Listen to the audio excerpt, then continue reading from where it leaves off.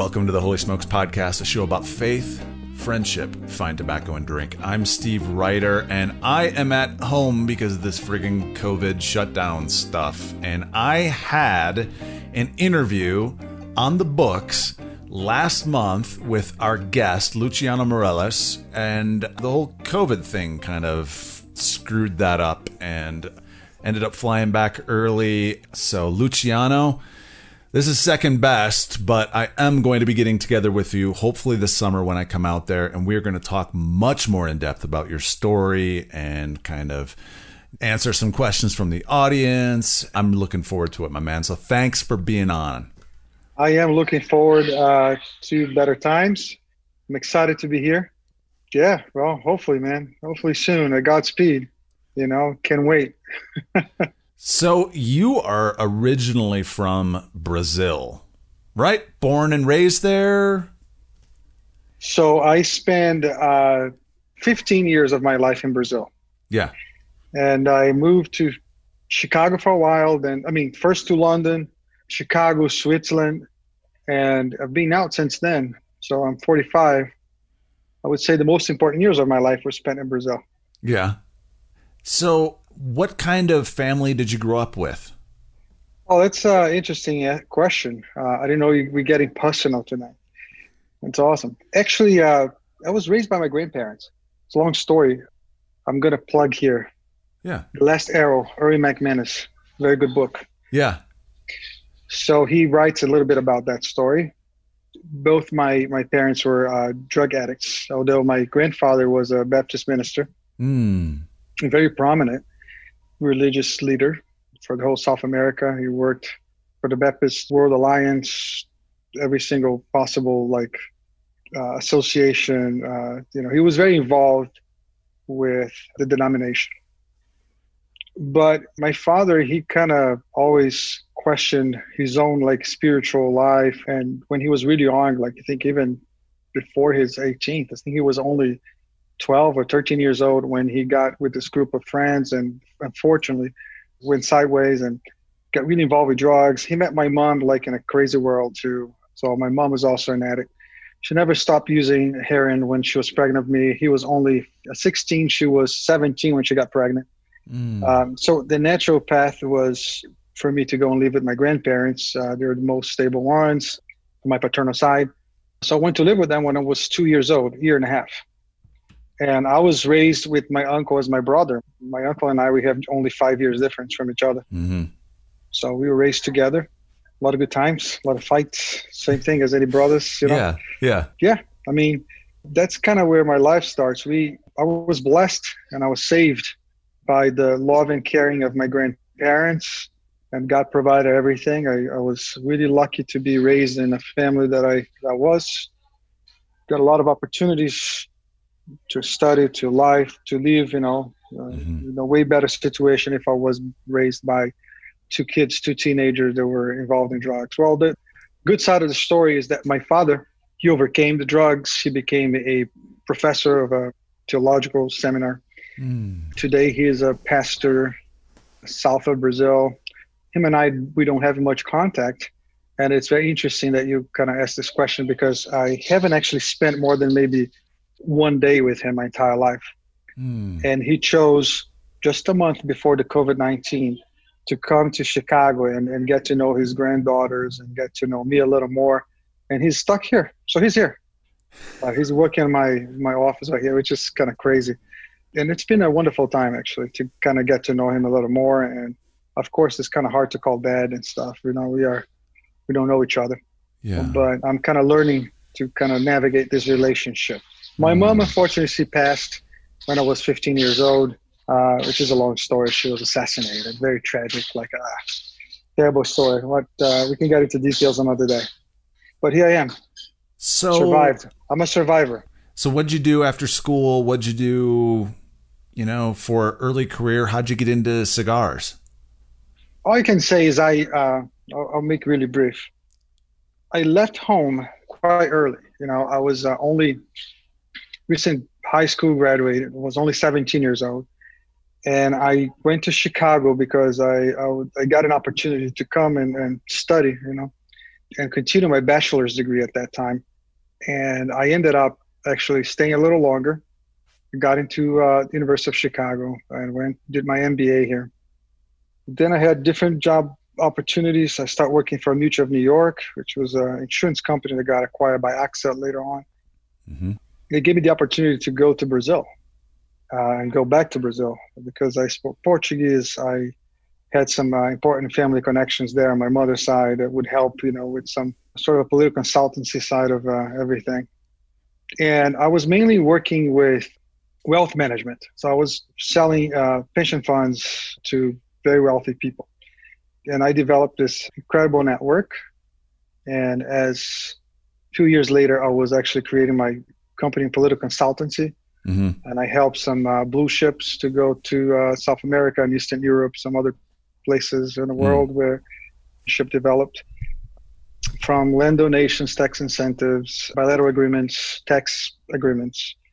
And, life brought me to Dominican Republic. I was hired by DR government to fight for taxes in South America. That was when was the boom of the Macanudo and some other, General Cigar brands, which at that time was not General Cigar. Mm-hmm. But they need to fight for a tax exemption. There was bilateral agreements with Cuba and Brazil, Cuba and Argentina, Cuba and Bolivia, was zero tax to import those products. So any Dominican product was not able to compete with the Cuban products. So it was a very successful case. It, made a lot of friendships from the president to the cigar manufacturers, and that's how I connected, and I know a lot of them. One of them particularly was Ernesto Carrillo, was the one that I really kind of bond with.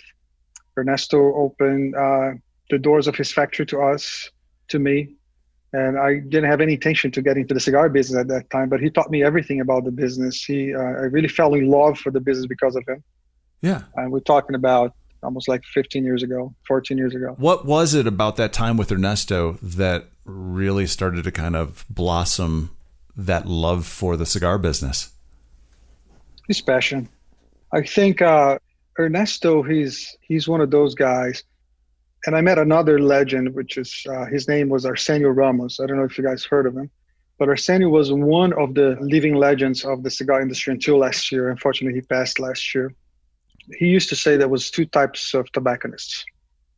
The ones who are truly passionate about this, and he refused to call it business or industry. He called family. He always called family. Huh.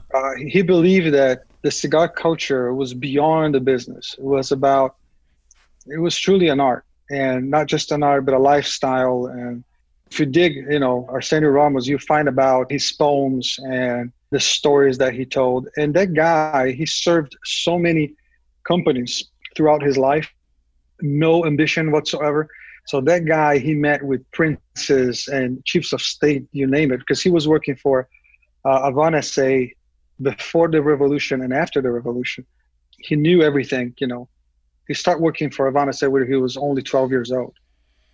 He was one of the responsibles together with my partner. My partner was his apprentice there, but he was responsible for the Partagas Series D and Series E. He worked for Havana SA without making any money. The Cuban salary, it's average less than $1 a day, sometimes even less, no matter what position you are as a communism. When he left Nicaragua, he went to work with some, I don't remember who he went to work first, but he was with Arganosa, with Eduardo Fernandez. Mm-hmm. He worked with him, I think, for 7 or 10 years. And meanwhile, he also consult to several companies, different companies and stuff. But nobody knew about fermentation as that guy. He was the Pope of the tobacco. He knew everything about tobacco. And he used to say, there's two types of people. They want there for the business, they want there for the passion. And I understand that now. So when I met Ernesto, I met the guy and I met the passion. And he didn't have to embrace me at all. There was nothing for him in it. He just did out of his altruism, out of his generosity. Yeah. And we became friends. And because of him, I'm in this industry today. So he mentored me to every single aspect of the business. He is the one who introduced me to Pichardo, many years ago. So he's truly my godfather. Yeah. I call him godfather. So what were those first steps he was obviously pouring into you, and you were just eating it up, starting to really fall in love with the passion side for the cigar industry. So what were those first steps? In terms of actions, I think the first steps was like, I came to him one day many years ago and I said, Ernesto, this was like, I knew him for about a year when I came back to him and asked him to blend a cigar for me. The first step was asking him to blend a cigar for me, and seeing him working and seeing how he does and the passion he has, and he's capable of, which is funny. That's where we kind of connect too. I have this very weird brain. I mean, all of us, we have some weirdness, right? I have this thing where I say it's a curse and a blessing. It's a curse because I can get really sick to a point where I cannot do anything. I cannot be functional. I have what they call the perfect pitch, right? I can listen to a song and then I tell it what kind of key that song is being played. Or if I learned a song in certain key and I hear it too many times and then someone sings in a different key, I get really bothered. But it's the same part of brain that's connected with flavor and with taste, right? Yeah, you and I have talked about this. We did, right? Yeah. I don't know to who I told this story. This can sound a little weird too. Yeah, I had this thing with flavors too. I can imagine flavor, taste, and I can taste it just by imagining. Yeah. You know, which makes easy to cook, to kind of do different things. So I try to imagine what this will go with this, and I can actually taste the result. At the same time, if there is like a food that I really dislike, I rarely dislike something. If I dislike it, it's because I cannot even smell it. You know, when you uncover something and that smell goes everywhere. So if you see me running from it, it's because I hate it, and then I'll stay out of the house. I might get a hotel room and stay out for a couple of nights before that smell goes away. Yeah. Then I'm back. So that's how bad it is. You know, I start collecting wine because of that, and I start really enjoying, discovering different tastes and creating cigars and collecting wine. And I think that kind of what gives me the drive to kind of, go a little deeper. Yeah. Because I could be in the business and I didn't have to spend that much time in Nicaragua. I could just be in the business, let my partner do everything, and just take care of the distribution side of it. I decided to really go to Nicaragua many years ago and just go every month and spend at least 2 weeks there, learning every single part of the process and blending myself and participating every single stage of the process. And I'm proud of that. I really enjoy that learning process. Just still on that game. So you have this about you that you're very in tune with flavors and profiles and that kind of stuff. You ask Ernesto to blend you a stick. How did you go from that to Ace Prime? So it was because Ernesto, when I met him, he was working for General Cigars. He wasn't as a success as he is today. So I met him on he was like this kind of amazing blender. Everybody heard about, but nobody really knew him. He created La Gloria Cubana, which was this amazing cigar, and is still carried by General Cigar today. And by the way, General was sold today. Did you see that news? No, I didn't. So General, Imperial Altages was sold, not General. I'm sorry, Altages, which is part of Imperial Brands. They were sold to with nobody who. It's a shell company. Nobody knows who's behind it. Yeah, that happened today. But anyways, he won the #2 cigar of the year. This was like 2004, 2005, I think. Okay. With La Historia. Maybe some of your audience might correct me. I'm not sure. So when he won that, I mean, he could not produce for us anymore. So he started producing. I created one blend called Mierelles y Acevedo. And that blend actually was in conjunction with a very good friend of mine, a Marine who was passionate about cigars. And his last name is Acevedo with C. I have two last names. It's Mierelles Azevedo with Z. But it's funny, we dug into our kind of family roots, and we figured that we are actually from the same region, from the same family. So we're basically cousins from the past. Yeah. Anyways, we went to DR and I created this blend with him. And there's a funny story about it. Ernesto was making that for us. That was my first cigar. But when he won that, he said, "Hey, we cannot produce that anymore. We are tied up with the factory," because his factory was really small at that time, and he could not produce for anybody else. He was so caught up in all the new orders based on his success with La Storia. So I had to find a different partner, a different factory to manufacture for me. And then I said, you know what? I'm not going to find another factory to produce from me. I'm going to create my own factory. And that's when actually through Ernesto, I met Pichardo. And Pichardo was actually living in Brazil, which is a very big coincidence as well. Yeah. And I was here. So, but he was flying to Miami and living in Nicaragua. I mean, he was starting to kind of want to go to Nicaragua, and I just kind of helped him with the whole process. And we are together today. So you start your own factory. How long before you started to put out cigars? Oh, as soon as we start the factory, the cigars comes with it. So yeah. we start with the garage and 2 tables and 2 employees. Yeah. And making just the Mierelles y Acevedo. And the fun story is that I start sending these cigars to everybody, all my connections, my friends that I've made over the years, a lot of influential people. I sent cigars to Popovich when he was the coach for the Spurs, San Antonio Spurs. This was like in 2012. A year later, they went to the finals with Miami Heats, and I knew that he was keeping the cigars to give to the players if they win. So he made a mistake. He gave all the cigars to the players before the game, saying we're going to smoke this tonight and celebrate. It was my cigars. So they lost. And they didn't, of course, smoke the cigars. Tiago Splitter was playing for the Spurs. He got the box of cigars and he threw into Biscayne Bay in Miami. He was so pissed he lost. He basically threw the cigars into the lake. But it's funny because nobody thought about sending cigars again for the 2014 NBA Finals. And my cigars were there in the locker room with the players. And then I knew Tiago from before, but, we met just a few months after he won. And then the first question I asked is, hey, how was the cigars? And then he said, what cigars? So the cigars you smoked when you guys won, It was pretty good, man. The humidity was perfect. The taste profile was awesome. Why are you asking? I said, because those are my cigars. And he said, what? This is your cigars? I said, yeah, it was my cigars, because I saw pictures all over the internet, right? Yeah. And it's funny. I mean, coincidentally, a few years later, he got married. He invited me to his wedding, and I decided to make that same blend again. And I brought the blend over to the party, and he gave to all his guests.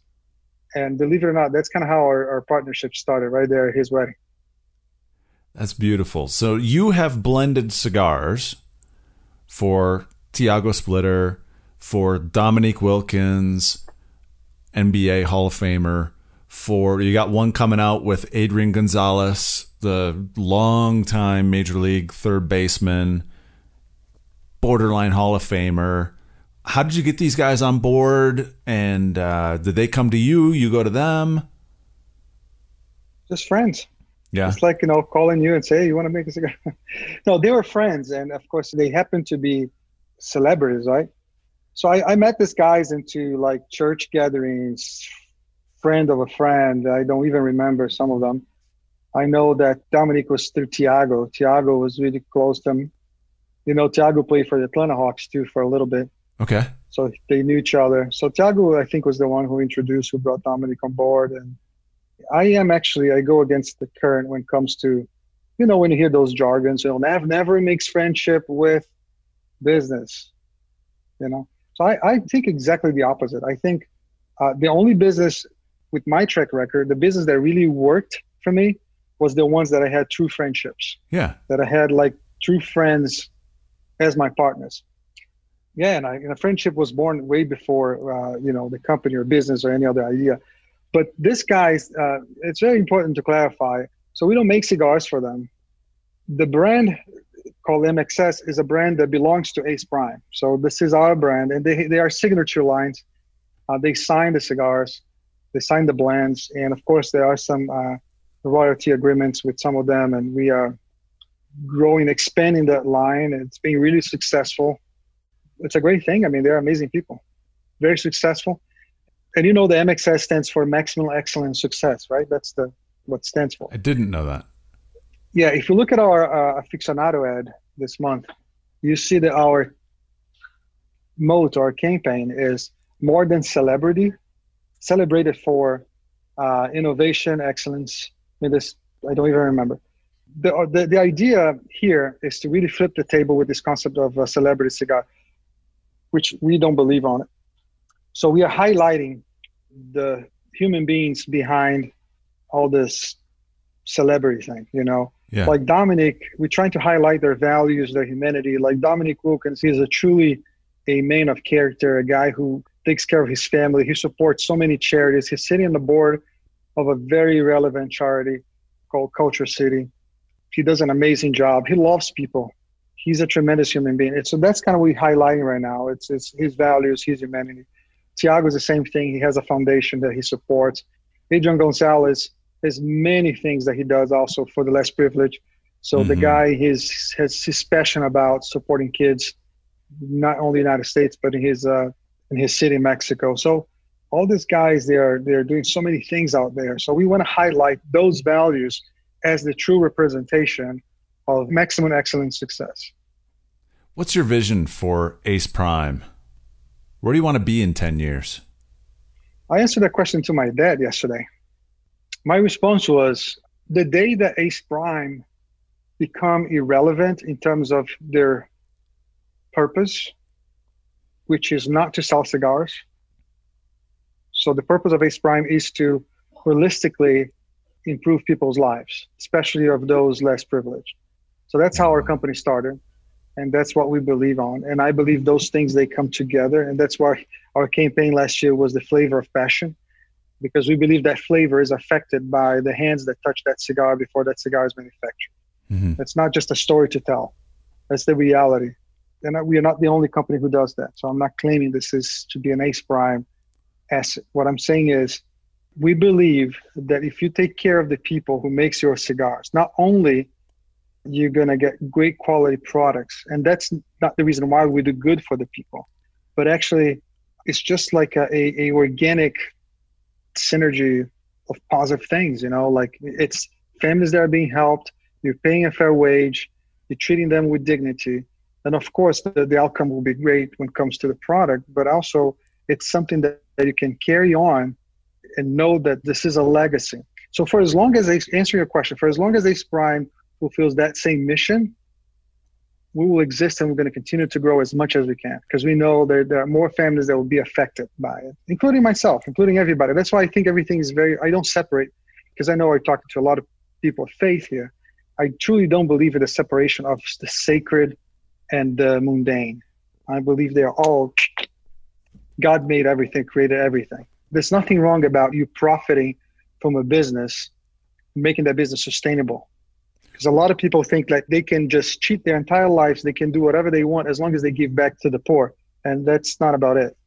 Where did that passion come from to help your ground level employees and people less fortunate? It's the only answer, man. It comes from him. For people that are listening, he just pointed straight up to the sky, got teary-eyed. Yeah. Talk about God in your life. Man, I think it goes back to your first question. I mean, I don't even know why I'm here, you know. I don't feel like I'm any special.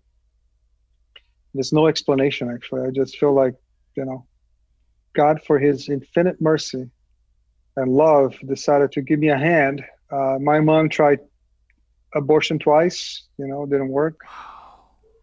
Actually, she tried more than twice, and the first time it did work. I just came to know a few days ago. My father told me that she had another abortion. I mean, she had an abortion before me, but she attempted twice and didn't work. I don't know how I lived from my kind of ground zero to 2 years old. Nobody knows, you know, how I survived, because she never stopped using it, and things were crazy. I have stories of my grandma kind of sneaking into the house and kind of changing my diapers, trying to feed me. I had nutrition issues for a long time. So nobody knows. I mean, there was several survival circumstances that it clearly God really put his hands on and really saving the day, you know. And then after that, there's a lot of experiences too. So I'm thankful I'm here. I'm thankful I have the opportunity to exist and the opportunity to create, all right? The opportunity to make a difference. So I'm excited, man. What's next for Ace Prime? What's coming down the pike? So we recently announced, you probably heard about our strategic alliance with Crown Heads. So the Crown Heads is a very interesting company, very unique company. I think it's probably one of the only very successful companies who don't own a factory. So they manufacture their cigars with my father's cigars, with us in Nicaragua, and also with Ernesto in Dominican Republic. We have a few projects coming this year with Crown Heads. Our distribution is now managed by Crown Heads. They have a tremendous distribution, almost 2,000 stores all over the country. And that's a big push for our company as a whole. So there's a mutual benefit, There's important value exchange there. Of course, we have some launches coming as well. You mentioned Adrian Gonzalez. We have a Lancero that's coming soon. We are producing a Lancero called the Dreamer that is coming out. And we also have another MXS blend, which you understand now exactly what I meant about the celebrity concept. We're trying to deconstruct that a little bit. So we are creating another MXS line called Lester. You know who Lester is? The only Lester I can think of is Lester Hayes from the Raiders. He's a big celebrity, man. He's a big celebrity. That guy, he is working on my factory for more than 7 years. He's a big celebrity. So the excellent success is translated to the life of that man. So when I met Lester, he was living in the streets right in front of our first factory. Guy had no family. He could barely communicate. He was just starving. People of the surroundings, they were telling us that he was sleeping all day long because he had no energy to do anything. He didn't have any even ways to kind of eat or do anything. And the guy could not read or write, and so not many job opportunities for him, just kind of labor stuff. And this one is actually my partner. So Pichardo looked at him and said, "Hey, you want to help us here?" And he started helping with cleaning the place. And then this first factory was in a very, very poor neighborhood, and it was a dirt road. So we have to keep it always wet in order to not get too much dust inside the factory. So he was just kind of wetting the roads all day long. That was his job. So he learned every single process of the factory over the years, got married, has a family.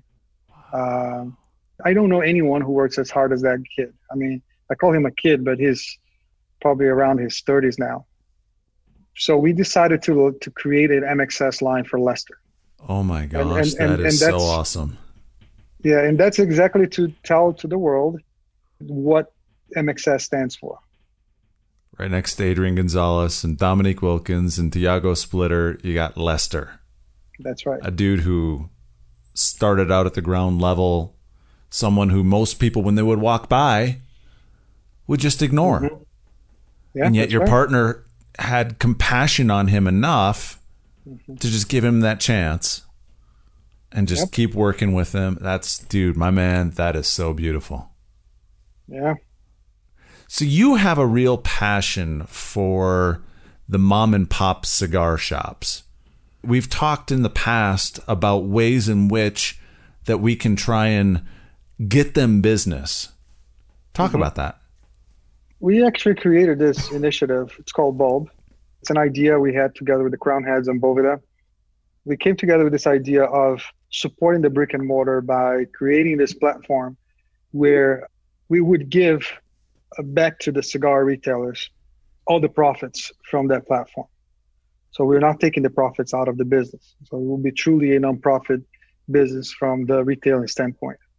Now, the challenge was to create a platform and the entity that would be able to do that, a licensed entity that could actually run the entire back office of this operation and make the operation viable. So we created a drop-in ship program where everything is shipped over to the consumer on behalf of the retailers. So they don't have to stock the product and they get the same pay. It doesn't change anything for them. They don't have to do anything. The only thing they have to do is sign up in our website, which is thebowbox.com. Go there, sign up. You're going to receive a special code. Tell all your clients that this is your code. And their client, when they subscribe to the program, every single cigar that's sold to that client, all the retail margin goes, we cut a check every month straight to that retailer. It's basically a truly easy way to the retailers, because they don't have to do anything, because most of them are closed right now. You don't have to worry about doing curb inside or anything like that. It's not just Ace Prime cigars. So we have Crown Heads. We have some other brands that join us too. So we're going to be distributing not just for ourselves, but for other partners who are willing to help and support the brick and mortar as well. There's some kind of different programs out there, but none with the same scale of this program. And we just launched this. So, our podcast that we did our Facebook Live last week, we thought, because we are doing this exactly the same time as the NFL draft, 7:00 Central Time of last Tuesday. And we had 1.5 thousand views that night. So it was just crazy. And we have already 537 stores that signed up in our platform. And we have, I think, somewhere over 50 orders so far, 50 memberships. So an idea that we just launched a few days ago already took off. So we are really excited. So that's our way to support the brick and mortar. It's working. It's basically, sending a check to them every month. And, the more we sell, the more they get. And we are not taking the clients away, because there's always this tension between online business and brick and mortar. So when we send a bulb box to that consumer, goes with a personalized letter from that retailer to the consumer, and we send everything on behalf of the store. So we don't take credit for the deal. That is awesome. Website one more time? thebulbbox.com. BULB box.com. Yeah, as in light bulb. Yep, bulb. How has this COVID shutdown affected you and Ace Prime? I can imagine that it's affected the brick and mortar shops pretty significantly, but I'm wondering, how about for you? On a personal level, I told you the story about my father. It's quite a unique story. I never thought that, I will be stuck here and living with him for 3 months, because my agenda was really busy too. It's not just him being here. It's like me being here. All the events we had scheduled for the year. I mean, I have one event in every state almost every week, plus Nicaragua 2 weeks a month. And, so just being here, it's been pretty cool. Just hanging out with my dad, hanging out with my daughters. I also have 3 daughters. I have 2 daughters who were living in Europe when the whole thing exploded. They took literally the last flight from France, my daughter who lives in Paris, and mine from UK. It was like maybe a couple of days before they shut down all the flights in and out UK too. So they came, they all tested, and thanks God, they all tested negative for the COVID-19. Everybody was really tense. We have a big house, so they're staying kind of quite far from all of us, but it was a lot of tension, a lot of expectation, anxiety. But now here we are, man. I have the 3 of my daughters here with me, and one of them is kind of working as my assistant, helping me with a lot of stuff here. So I have a lot of toys and tools in my garage. So my father is building stuff with woods and doing boxes and doing artwork, doing all sorts of things in my garage. I'm fixing things everywhere. And I'm in this kind of Zoom calls, man, all day long. I think I've been sitting here since 8 in the morning today. Just jumping from one meeting to the other, and it's just kind of crazy.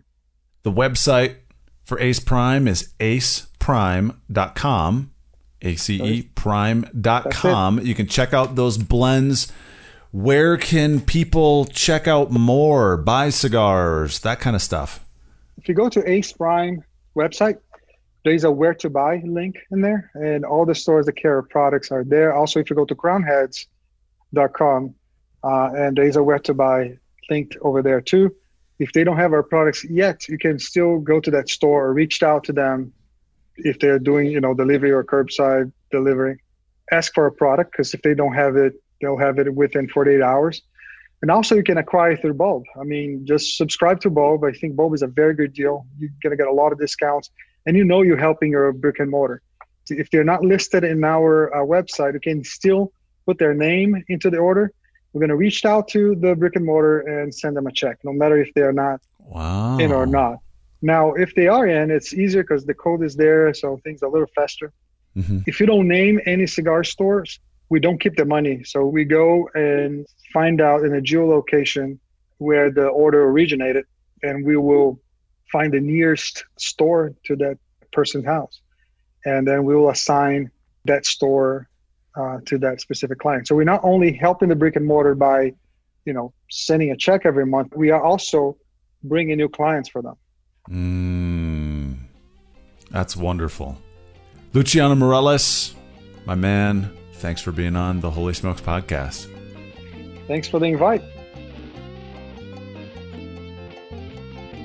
Thanks for listening to the Holy Smokes podcast. I want to thank you also for all the feedback that I've received about this show thus far. The encouraging notes, the suggestions, the thoughts have all been valued and appreciated more than you know. To let me know what you think, you can private message me at facebook.com/Steve Reiter. That's facebook.com/Steve, REITER. Or a private message through the Facebook page, facebook.com/Holy Smokes Cigar Club, or send me an email at holysmokescigarclub@gmail.com. Thanks again for listening. This is Steve Reiter saying, do good, be awesome.